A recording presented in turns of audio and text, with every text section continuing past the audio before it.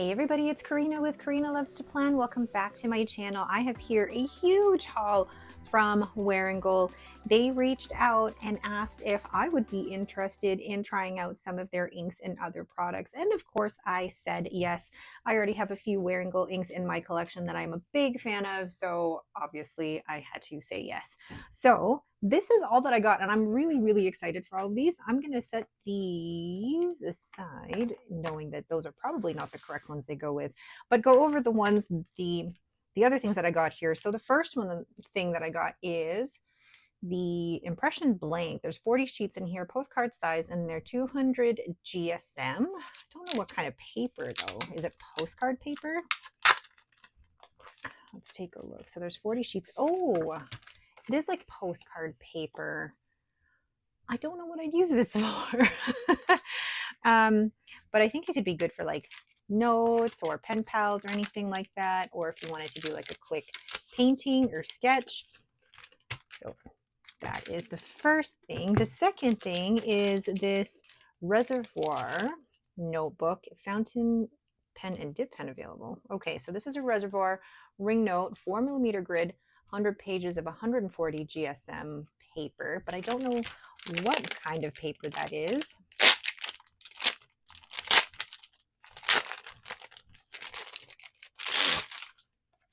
Oh, very nice. Okay, so it is grid. Okay, me personally, not a fan of this up here, but I think this would be a good notebook. Ooh, that's very thick paper. I feel like it'd be good as a blotting paper, but I think this would also be a good like sketchbook as well. Ah, very cool. So let's move that to the side. And then lastly, I think you're all familiar with this, is the ink drop color swatch, and it comes with the ring. So I've purchased this before from Atlas.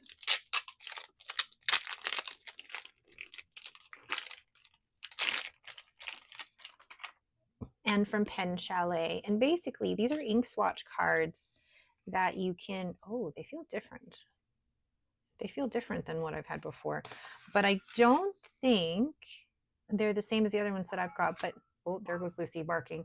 But you can paint on these and then write the name of the ink and then put all of them on this ring here. Very cool.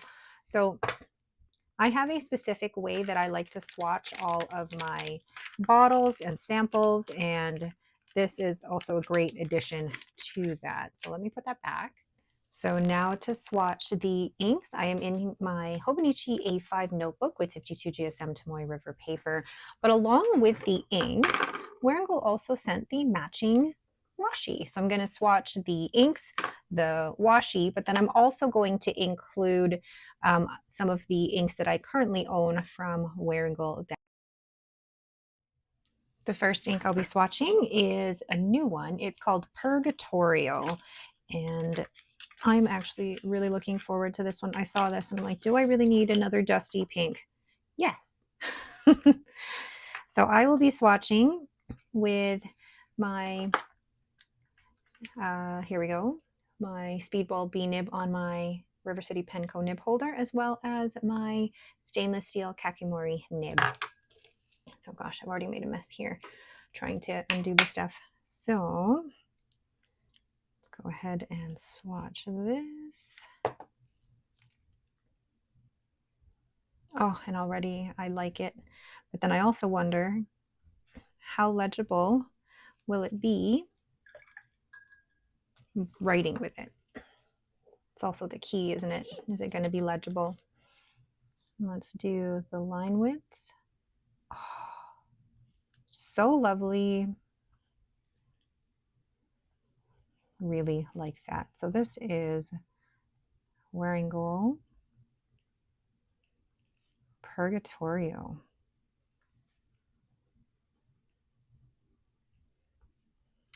And just do a few figure eights like this.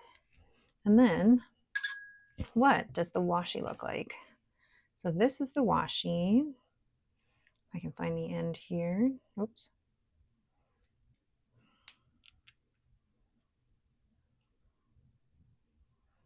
Harder with nails.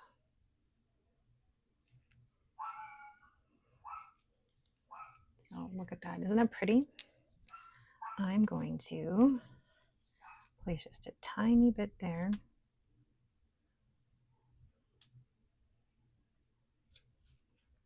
Oh, I love that. Now I need, what do I normally, here we go. We'll do this. Whoops. There we go. Oh, I like that. Oh, and I smudged it. Oh, well. But that is Wearingeul Purgatorio. Darn.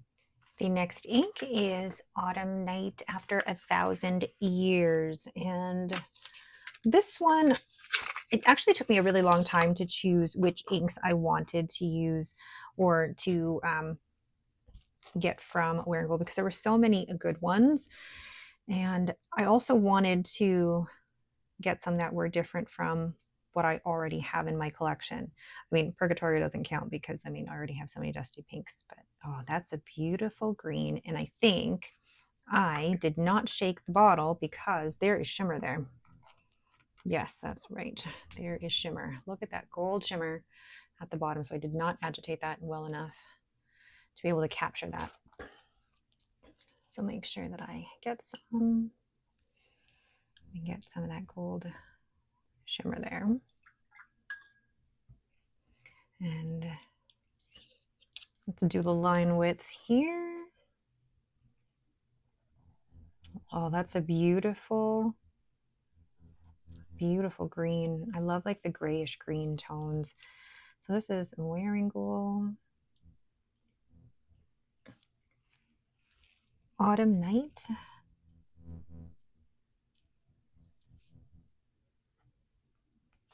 After 1,000, very long name, years.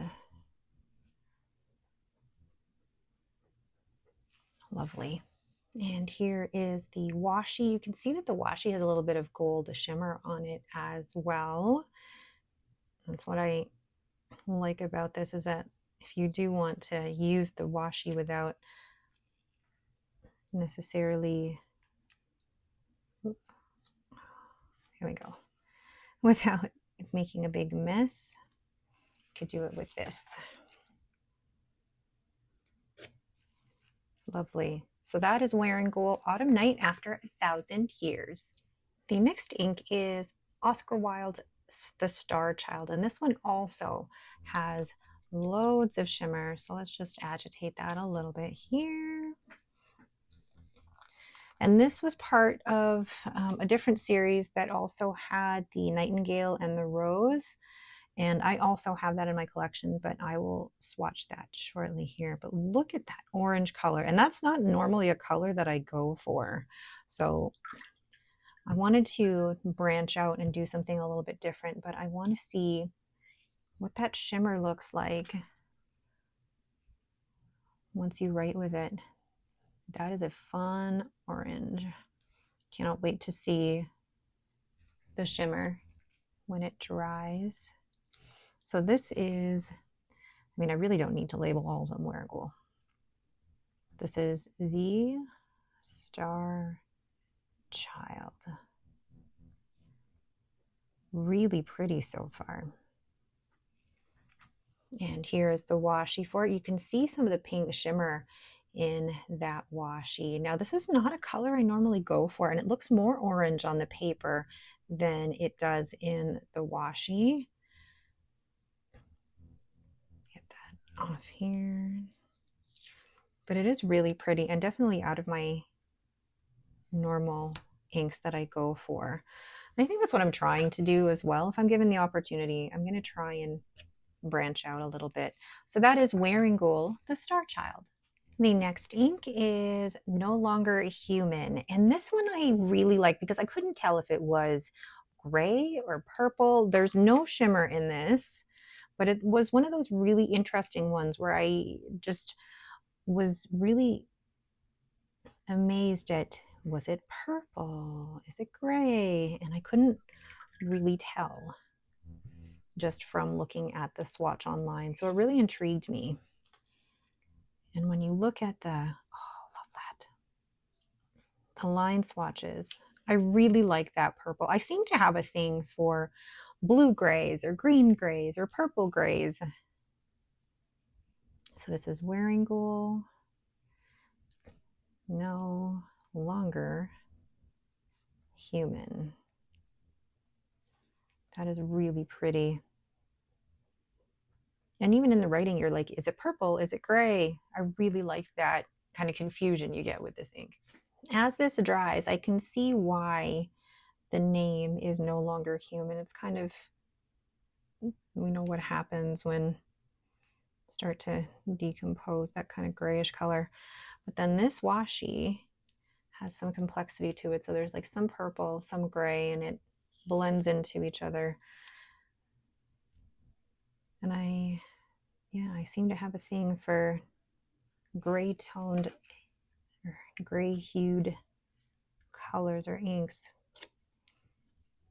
That's not straight, but that is okay. That is Wearingeul, no longer human. And the last ink sent by Wearingeul is Wearingeul Persephone. This is not a new to me ink.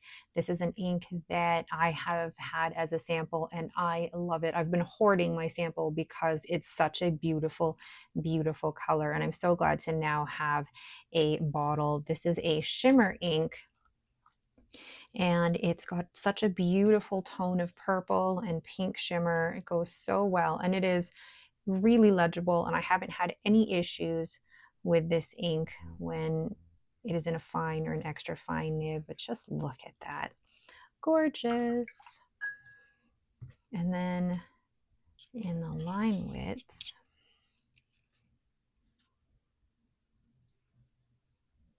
lovely. So different tone than no longer human, because you can see that it is looking more gray here. But I also love the name Persephone. I studied or loved Greek mythology when I was in the 6th grade, but then studied classics a little bit more in university. And anyway, Persephone, love anything with Greek mythology. So let's take a look then at the washi. And look at that, just the way that that shimmers too. Really pretty. It's interesting to me how they were able to get, or how Wearingeul was able to get the tone or the saturation of the ink into a washi. Did they swatch the ink and then, I don't know, maybe this is just their digital representation of it. Come on. Beautiful. So that is Wearingeul Persephone. So let's just do a quick comparison of some of the pink inks that I currently own to Wearingeul Purgatorio. So I'm just looking through my collection and I'm trying to see what would match. So I'm not finding anything in that lot or that lot because it looks even more purple than the other pinks that I have in here. Sorry, you can't even really see that. And the one that I thought it would have been closest to would possibly be Robert Oster, the Melbourne Rose, but this is a little bit more pink. Then the other one that I thought it could possibly be was maybe, oh yeah, there we go. Sailor Shikiori Yozakura, but this one is a little bit more purple than that one. So I don't know. I don't know which one. I don't think I do have anything that's really similar to that. Although in writing, it looks more like it doesn't look like the dusty pinks that I normally go for.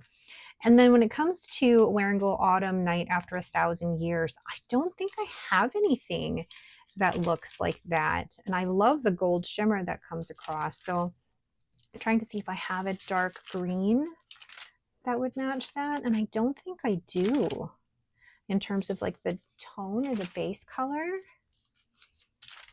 Yeah, really interesting. So no, because this is like a grayish tone, dark green as well. Then we go to Wearingeul Star Child. Let's move that up here. So Wearingeul Star Child, again, orange is not a color that I normally go for, so I don't think I have anything that would be similar to that has a pink shimmer. I don't think I do have anything like that. And pages are getting all tangled here, but no, just even from like the initial look, no, nothing like that. Well, no. Yeah. Oh, I love that ink. Really like that now. And then Wearingeul No Longer Human. I put it in the purples, but I feel like, let's move this up here. I feel like those two, this is more purple and this would lean more gray. And it looks like, it looks very close to Diamond Earl Grey actually, or even Madame Mulberry. So like if these two came together and had a baby, it would be No Longer Human. I make myself laugh sometimes. And then Wearingeul Persephone. I wondered if it would be really similar to Ferris Wheel Press Aurealis, and they are quite similar in tone. And I already have a bottle of this. They're actually very similar. I feel like the shimmer is more pink in this one, whereas the shimmer is more purple in that one. But I love that purple, and I don't mind them, so I like having both. All right, so now I'll go ahead and swatch the other Wearingeul inks that I currently have in my collection. I have 5 others, and I just wanted to share them with you as well. The first one being, let's actually do this in alphabetical order. First one is Wearingeul Atlas, and this was also a shimmer ink, and this one is one that I recently acquired. A pen friend, I believe it was Kat, who sent this to me because she said that I do not have enough blues. And I definitely like this one because it's got shimmer, and I used this in a pen and it actually worked very, very well. Now I don't have a corresponding washi to this, although that would have been really cool. So this is Wearingeul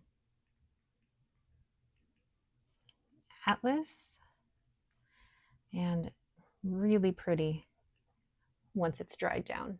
Next, we have an ink that was sent to me by Lexi. This is Wearingeul Dracula. I love this one. And I didn't think I would, especially upon my first impressions of it. I thought it was a little bit, I don't know, morbid because it's Wearingeul Dracula. But after many comments about the story of Dracula and why this ink was named Dracula, I actually really, really liked it that much more. Oh, I didn't get any shimmer. Let's make sure I get shimmer in that because, yeah, see, you've got shimmer there at the bottom.